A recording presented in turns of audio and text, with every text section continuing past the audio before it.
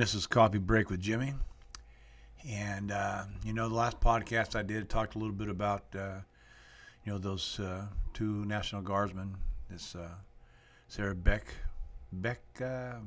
or Beckman, yeah, Sarah Beckman, who passed away.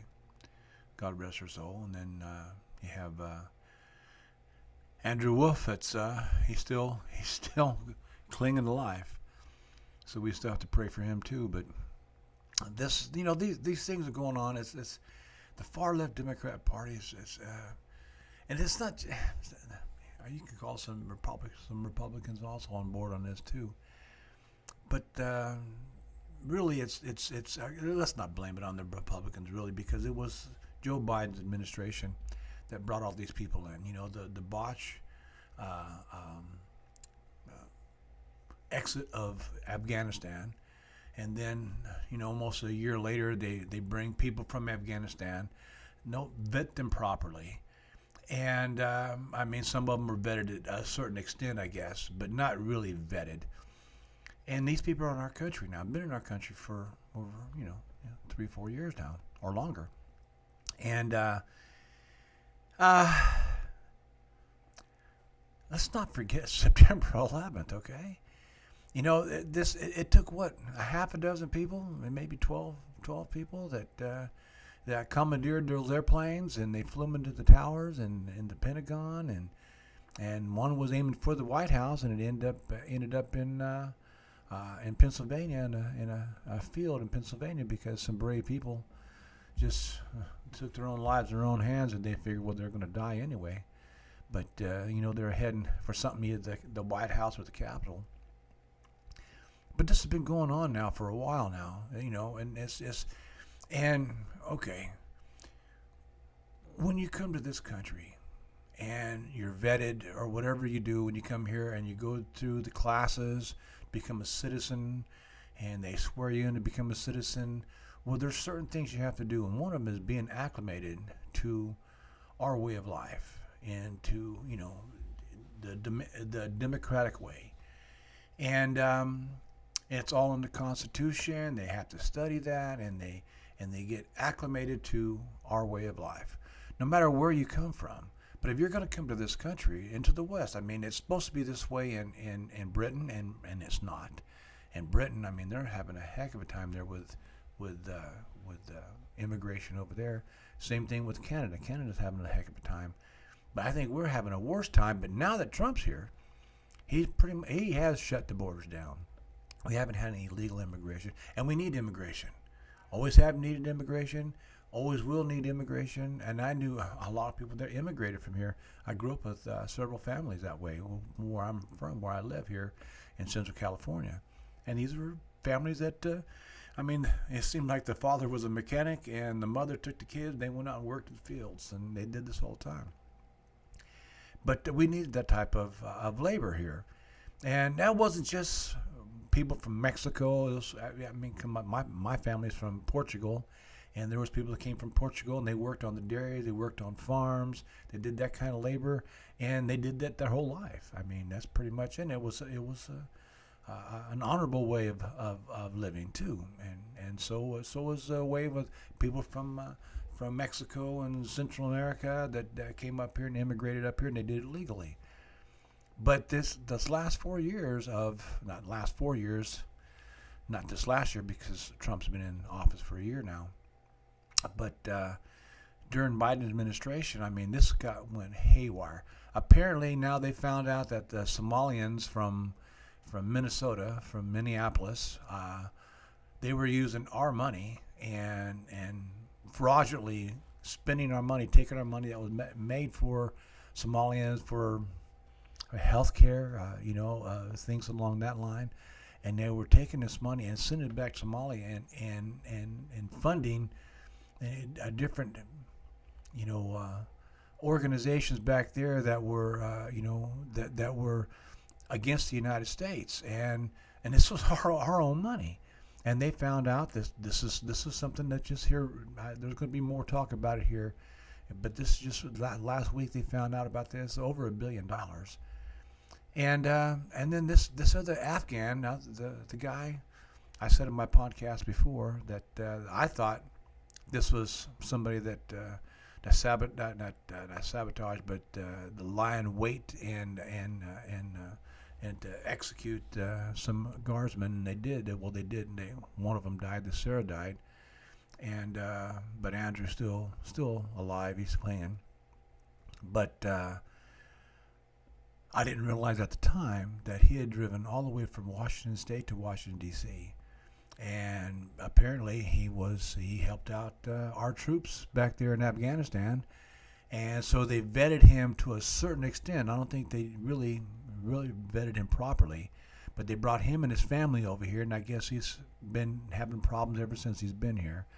Once they dug into it and investigated into his family life, and the way he lived in Washington State, found out there was a lot of issues there with this guy, and where he got radicalized here, why he came here. And they're supposed to check on him. They're supposed to check on, I don't know, every couple of years or every year. They're supposed to, anybody that gets vetted and brought over here from other countries, then all you got to do is have certain organizations that are in different cities, that they check on these immigrants that were vetted and brought here, to where, I mean, you don't want they're not legal citizens, so you can't give them the right to vote. But at least they're here, and give them the right to live here and to prosper here.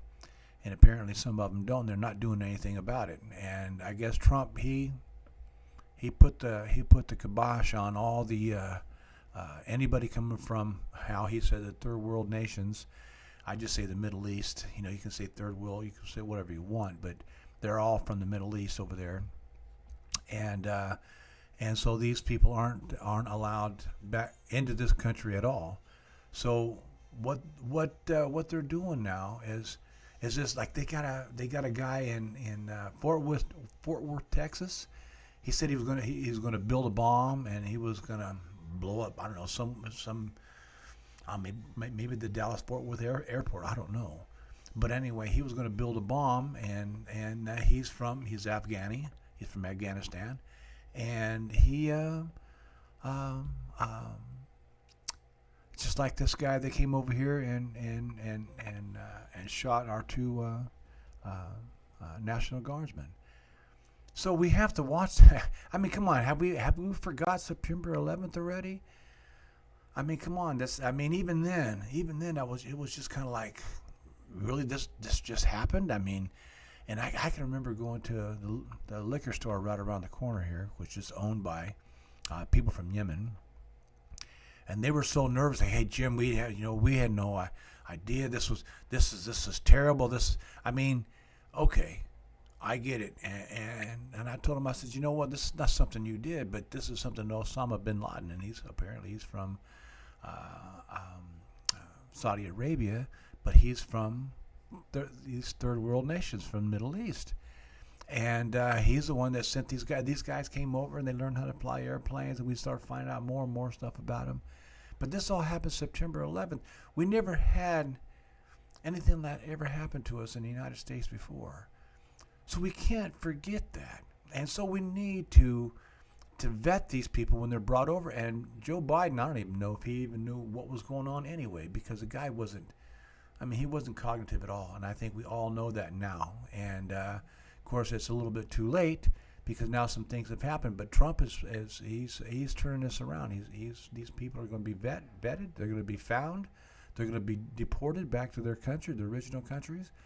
And then if they happen to, you have to assimilate to our country, to the American way, the democratic way. And some of these people just don't want to do that. And I believe this is all from the far left. They're the ones that are causing all these problems. I mean, you can say what you want. But I don't believe it's the original Democratic Party, the Democrat Party.